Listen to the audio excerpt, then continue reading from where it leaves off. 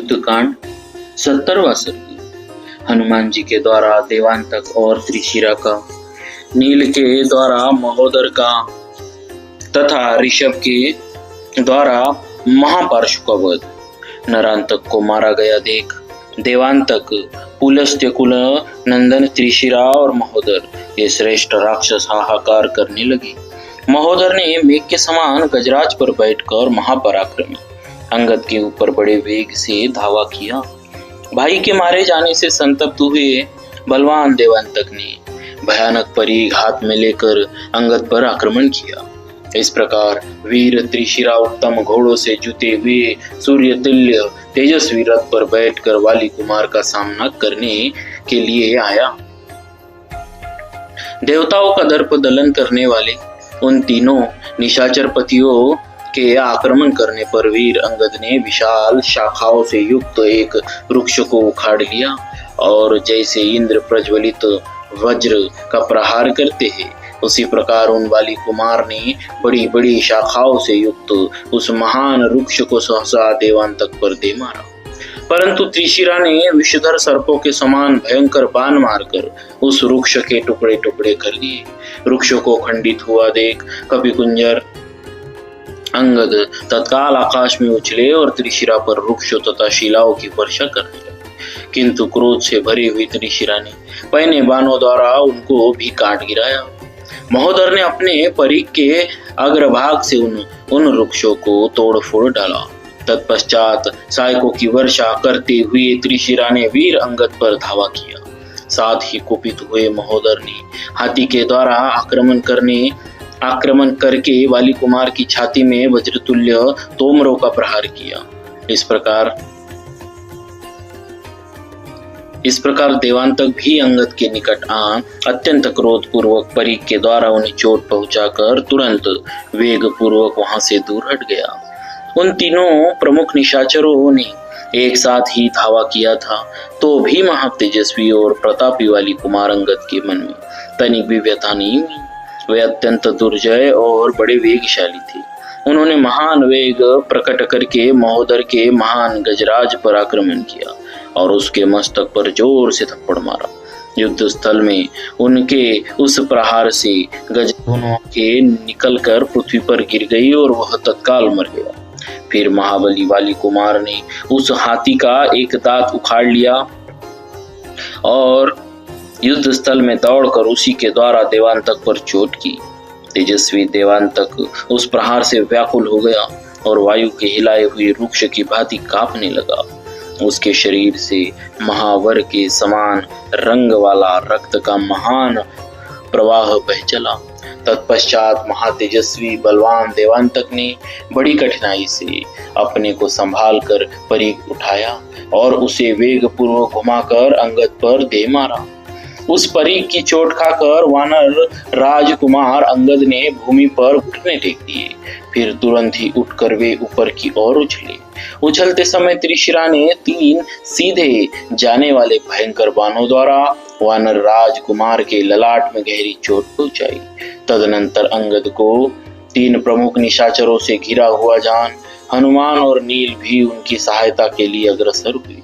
उस समय नील ने त्रिशिरा पर एक पर्वत शिखर चलाया, किंतु उस बुद्धिमान रावण पुत्र ने तीखे बाण मारकर उसे तोड़ फोड़ डाला।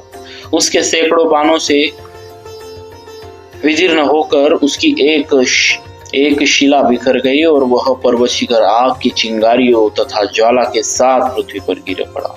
अपनी भाई का पराक्रम बढ़ता देख बलवान देवांतक को बड़ा हर्ष हुआ और उसने परिघ लेकर युद्ध स्थल में हनुमान जी पर धावा किया। उसे आते देख कपिकुंजर हनुमान जी ने उछलकर अपने वज्रसरी के मुक्के से उसके सिर पर मारा। बलवान वायु कुमार महाकपि हनुमान जी ने उस समय देवांतक के मस्तक पर प्रहार किया और अपनी भीषण गर्जना से राक्षसों को कंपित कर दिया। उनकी मुष्टि प्रहार से देवांतक का मस्तक फट गया और पीस उठा। दांत, आंखें और लंबी जीभ बाहर निकल आई तथा वह राक्षस राजकुमार प्राण शून्य होकर सहसा पृथ्वी पर गिर पड़ा। राक्षस योद्धाओं में प्रधान महाबली देवद्रोही देवांतक के युद्ध में मारे जाने पर त्रिशिरा को बड़ा क्रोध हुआ और उसने नील की छाती पर पहने बाणों की भयंकर वर्षा आरंभ कर दी। तदनंतर अत्यंत क्रोध से भरा हुआ महोदर पुनः शीघ्र ही एक पर्वताकार हाथी पर सवार हुआ, मानो सूर्यदेव मंदराचल पर आरूढ़ हुए हो। हाथी पर चढ़कर उसने नील के ऊपर बाणों की विकट वर्षा की, मानो इंद्रधनुष वर्षा कर रहा हो। बाण समूह की निरंतर वर्षा होने से वानर सेनापति नील के सारे अंग क्षत विक्षत हो गए, उसका शरीर शिथिल हो गया। इस प्रकार महाबली महोदर ने उन्हें मूर्छित करके उनके बल विक्रम को कुंठित कर दिया। तत्पश्चात होश में आने पर नील ने वृक्ष समूह से युक्त एक शैल शिखर को उखाड़ लिया। उनका वेग बड़ा भयंकर था। उन्होंने उछलकर उस वृक्ष को महोदर के मस्तक पर दे मारा। उस पर्वत शिखर के आघात से महोदर उस महान गजराज के साथ ही चूर चूर हो गया और मूर्छित एवं प्राण शून्य हो वज्र के मारे हुए पर्वत की भांति पृथ्वी पर गिर पड़ा। पिता के भाई को मारा गया देख त्रिशिरा के क्रोध की सीमा न रही। उसने धनुष हाथ में ले लिया और हनुमान जी को पैने बाणों से बींधना आरंभ किया। तब पवन कुमार ने कुपित होकर उस राक्षस के ऊपर पर्वत का शिखर चलाया, परंतु बलवान त्रिशिरा ने अपने तीखे साइकों से उसके कई टुकड़े कर डाले। उस पर्वत शिखर के प्रहार को व्यर्थ हुआ देख कपिवर हनुमान जी ने उस रणभूमि में रावण पुत्र त्रिशिरा के ऊपर वृक्षों की वर्षा आरंभ कर दी। किंतु प्रतापी त्रिशिरा ने आकाश में होने वाली वृक्षों की उस वृष्टि को अपने पैने बाणों से छिन्न भिन्न कर दिया और बड़े जोर से गर्जना की। तब हनुमान जी कूदकर त्रिशिरा के पास जा पहुंचे और जैसे कुपित तो सिंह गजराज को अपने पंजों से चीर डालते हैं, उसी प्रकार रोष से भरे हुए उस पवन कुमार ने त्रिशिरा के घोड़े को अपने नखों से विदीर्ण कर डाला। यह देख रावण कुमार त्रिशिरा ने शक्ति हाथ में ली, मानो यमराज ने काल रात्रि को साथ ले लिया हो। वह शक्ति लेकर उसने पवन कुमार हनुमान जी पर चलाई, जैसे आकाश में उल्कापात हुआ हो। उसी प्रकार वह शक्ति, जिसकी गति कहीं कुंठित नहीं होती थी, चली। परंतु वानर श्रेष्ठ हनुमान जी ने उसे अपने शरीर में लगने से पहले ही हाथ से पकड़ लिया और तोड़ डाला। तोड़ने के बाद उन्होंने भयंकर गर्जना की। हनुमान जी ने वह भयानक शक्ति तोड़ दी। यह देख वानर वृंद अत्यंत हर्ष से उल्लासित हो मेघों के समान गंभीर गर्जना करने लगे। तब राक्षस शिरोमणि त्रिशिरा ने तलवार उठाई और कपि श्रेष्ठ हनुमान जी की छाती पर उसकी भरपूर चोट की। तलवार की चोट से घायल हो पराक्रमी पवन कुमार हनुमान जी ने त्रिशिरा की छाती में एक तमाचा जड़ दिया। उनका थप्पड़ लगते ही महातेजस्वी त्रिशिरा अपनी चेतना खो बैठा। उसके हाथ से हथियार खिसक गया और वह स्वयं भी पृथ्वी पर गिर पड़ा। गिरते समय उस राक्षस के खड़ग को छीन कर पर्वताकार महाकपि हनुमान जी सब राक्षसों को भयभीत करते हुए जोर जोर से गर्जना करने लगे। उनकी वह गर्जना उस निशाचर से सही नहीं गई, अतः वह सहसा उछल कर खड़ा हो गया। उठते ही उसने हनुमान जी को एक मुक्का मारा। उसके मुक्के की चोट खाकर महाकपि हनुमान जी को बड़ा क्रोध हुआ। कुपित होने पर उन्होंने उस राक्षस का मुकुटमंडित मस्तक पकड़ लिया। फिर तो जैसे पूर्व काल में इंद्र ने त्वष्टा के पुत्र विश्वरूप के तीनों मस्तकों को वज्र से काट गिराया था, उसी प्रकार कुपित हुए पवन पुत्र हनुमान जी ने रावण पुत्र त्रिशिरा के किरीट और कुंडलों सहित तीनों मस्तकों को तीखी तलवारों से काट डाला। उन मस्तकों की सभी इंद्रियां विशाल थी। उनकी आंखें प्रज्वलित अग्नि के समान उद्दीप्त हो रही थी। उस इंद्रद्रोही त्रिशिरा के वे तीनों सिर उसी प्रकार पृथ्वी पर गिरे जैसे आकाश से तारे टूटकर गिरते हैं।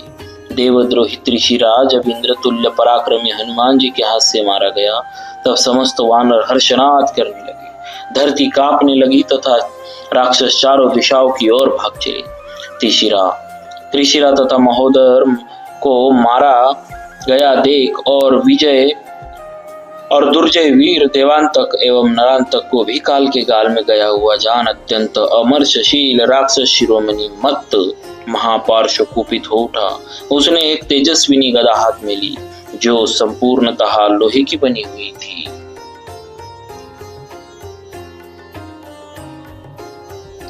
उस पर सोने का पत्र जड़ा हुआ था। युद्ध स्थल में पहुंचने पर वह शत्रुओं के रक्त और मांस में सन जाती थी। उसका आकार विशाल था, वह सुंदर शोभा से संपन्न तथा शत्रुओं के रक्त से तृप्त होने वाली थी। उसका अग्रभाग तेज से प्रज्वलित होता था। वह लाल रंग के फूलों से सजाई गई थी तथा ऐरावत, पुंडरीक और सार्वभौम नामक दिग्गजों को भी भयभीत करने वाली थी। उस गदा को हाथ में लेकर क्रोध से भरा हुआ राक्षस शिरोमणि महापार्श्व प्रलय काल की अग्नि के समान प्रज्वलित हो उठा और वानरों की ओर दौड़ा। तब ऋषभ नामक बलवान वानर उछलकर रावण के छोटे भाई मत्तानिक यानी महापार्श्व के पास आ पहुंचे और उसके सामने खड़े हो गए। पर्वताकार वानर वीर ऋषभ को सामने खड़ा देख कुपित हुए महापार्श्व ने अपनी वज्र तुल्य गदा से उनकी छाती पर प्रहार किया। उसकी उस गदा के आघात से वानर शिरोमणि ऋषभ का वक्षस्थल क्षत विक्षत हो गया। वे कांप उठे और अधिक मात्रा में खून की धारा बहने लगी। बहुत देर के बाद होश में आने पर वानर राज ऋषभ कुपित हो उठे और महापार्श्व की ओर देखने लगे। उस समय उनके होठ फड़क रहे थे। वानर वीरों में प्रधान ऋषभ का रूप पर्वत के समान जान पड़ता था। वे बड़े वेगशाली थे। उन्होंने वेग पूर्वक उस राक्षस के पास पहुंचकर मुक्का ताना और सहसा उसकी छाती पर प्रहार किया। फिर तो महापार्श्व जड़ से कटी हुई वृक्ष की भांति सहसा पृथ्वी पर गिर पड़ा। उसके सारे अंग रक्त से नहा उठे। इधर ऋषभ उस निशाचर की यमदंड के समान भयंकर गदा को शीघ्र ही हाथ में लेकर जोर जोर से गर्जना करने लगे। देवद्रोही महापार्श्व 2 घड़ी तक मुर्दे की भांति पड़ा रहा। फिर होश में आने पर वह सहसा उछलकर खड़ा हो गया। उसका रक्त रंजित शरीर संध्याकाल के बादलों के समान लाल दिखाई देता था। उसने वरुण पुत्र ऋषभ को गहरी चोट पहुंचाई। उस चोट से ऋषभ मूर्छित होकर पृथ्वी पर गिर पड़े।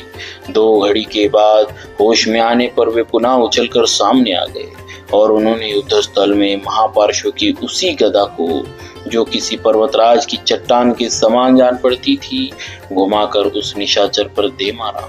उसकी उस भयंकर गदा ने देवता, यज्ञ और ब्राह्मण से शत्रुता रखने वाले उस रौद्र राक्षस के शरीर पर चोट करके उसके वक्षस्थल को विदीर्ण कर दिया।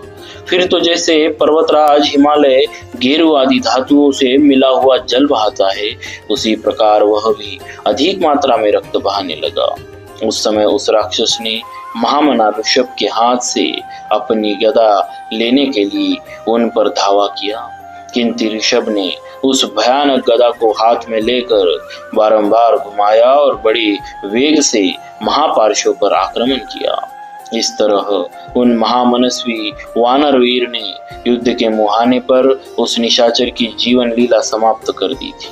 अपनी ही गदा की चोट खाकर महापार्श्व के दांत टूट गए और आंखें फूट गई। वह वज्र के मारे हुए पर्वत शिखर की भांति तत्काल धराशायी हो गया।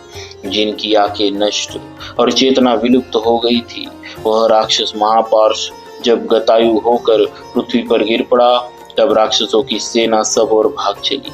रावण के भाई महापार्श्व का वध हो जाने पर राक्षसों की वह समुद्र के समान विशाल सेना हथियार फेंक कर केवल जान बचाने के लिए सब ओर भागने लगी, मानो महासागर फूट कर सब ओर बहने लगा हो।